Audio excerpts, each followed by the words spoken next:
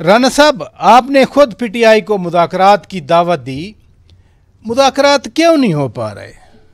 देखिए, इमरान खान साहब की सियासत में मुज़ाकरात नाम की चीज़ नहीं है। वो जब बरसे इक़्तिदार थे तो उस वक्त उनका एक ही बयानिया था कि मैं छोड़ूंगा नहीं,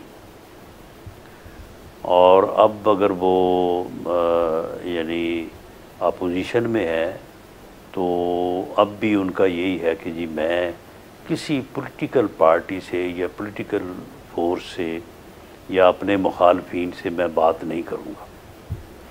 वो उस वक्त भी एस्टेब्लिशमेंट्स के साथ जो है वो यानी हुकूमत कर रहे थे या मामलात को बेहतर तरीके से या अपनी मर्ज़ी से चलाने की कोशिश कर रहे थे, बेहतर तरीके से तो नहीं। तो अब भी वो इस्टेब्लिशमेंट से बात करने की ख्वाहिश का इजहार उन्होंने कई दफ़ा किया है, लेकिन हमारी जो ऑफ़र है या हम जो कहते हैं कि पॉलिटिकल पार्टीज़ ने बैठ के बात करनी है तो फिर ही रास्ता निकलना है, इसके ऊपर उन्होंने कोई जो है वो तबसरा नहीं कभी फरमाया और कभी ये नहीं कहा कि वो तैयार हैं गुफ्तगू करने के लिए। लेकिन उनकी पार्टी को गिला है कि आप उनके लीडर से मिलने नहीं देते, खान साहब से वो मशवरा नहीं कर सकते, तो फिर मुज़ाकरात कैसे होंगे? देखें, ये तो फिर बहाने होते हैं ना। मशवरा अगर करना हो तो ये बाकी सारी चीज़ों पे मशवरे होते ही हैं। ये जो 5 अगस्त की तारीख दी थी उन्होंने, तो ये खान साहब के हुक्म पे दी थी और मशवरे के बगैर तो नहीं दी थी। फिर 5 के बाद अगर 14 दी तो क्या ये खान साहब का हुक्म उन तक पहुंचा नहीं है? वहाँ पे रोज़ाना जो है वो उनको लोग मिलते हैं और उनके ज़रिए से पैगाम रसानी और इजाज़त ली जा सकती है, लेकिन मामला ये है कि वो इनको इजाज़त नहीं देंगे। और जब हमने मुज़ाकरात एक दफ़ा शुरू किए भी थे और मुज़ाकराती कमेटी तक बात पहुंच गई थी, तो उस वक्त भी उन्होंने दूसरी के बाद तीसरी मीटिंग से मना फरमा दिया था कि बस मीटिंग हो गई है, अब इसके बाद अगली मीटिंग नहीं होगी। तो इसलिए जो है वो अगर बात करनी हो तो फिर तो ये बात आगे बढ़ सकती है। मिसाल के तौर पे जिस दिन वज़ीर आज़म ने उन्हें कहा कि जी आप अगर मेरे पास नहीं आना चाहते, मैं आपके पास आने को तैयार हूँ, आप स्पीकर चैम्बर में आ जाएं तो हम बैठ के वहाँ पे बात करते हैं। तो वहाँ बात जो है शुरू करते तो इसी बात से शुरू कर लेते कि वज़ीर आज़म साहब पहले हमारा जो है ना ये राब्ता करवाएं, और ये उसी यानी अगर सियासत है इन्हें उसी वक्त जो है वो लीडर ऑफ द अपोजिशन को इनिशिएटिव लेना चाहिए था, खड़े होते और कहते कि ठीक है वज़ीर आज़म, ये इस वक्त जो है वो 12:30 हुए हैं, 2 बजे हम स्पीकर चैम्बर जा रहे हैं, तशरीफ़ लाएँ आप भी, और हम वहाँ पे गुफ्तगू शुरू करते हैं, डायलॉग शुरू करते हैं।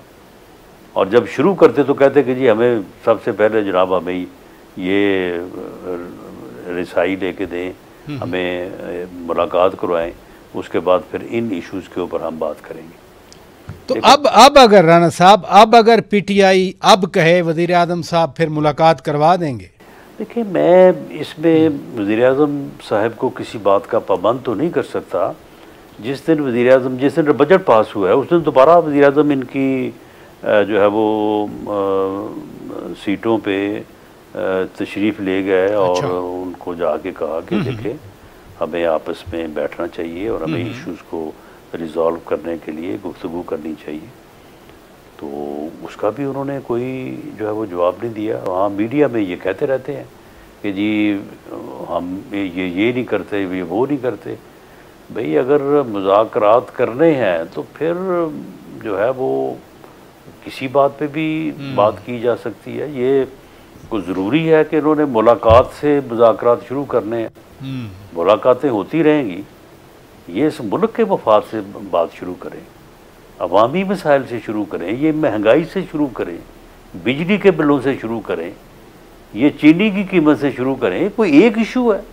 इस मुल्क में बड़े इश्यूज़ हैं जिनके ऊपर अपोजिशन को और गवर्नमेंट को अगर मिल बैठ के जो है वो चंद बुनियादी चीज़ें तय कर ली जाएँ तो इस मुल्क में जो है वो इतना पोटेंशियल है कि हम अगर चार्टर ऑफ इकॉनमी करें जिसका तकरीबन पिछले 2018 और अब यानी पिछले 7-8 साल से the then opposition leader and now the prime minister, वो उस दिन से ये कह रहे हैं कि आए चार्टर ऑफ इकॉनमी करें। लेकिन राना साहब वो भी तो जो बात करना चाह रहे हैं वो भी बुनियादी है। वो कानून आइन की हुक्मरानी पे बात करना चाहते हैं, वो 2024 का इलेक्शन हो या आने वाले इलेक्शन की शफाफियत पे बात करना चाहते हैं। ये भी तो बुनियादी मसाइल हैं राना साहब मुल्क के। मेरा ख्याल है कि प्राइम मिनिस्टर ने जब भी उनको ये बात कही है कि आएँ, बैठें, बात करें, डायलॉग होना चाहिए, हमारे दरमियान गुफ्तगू होनी चाहिए,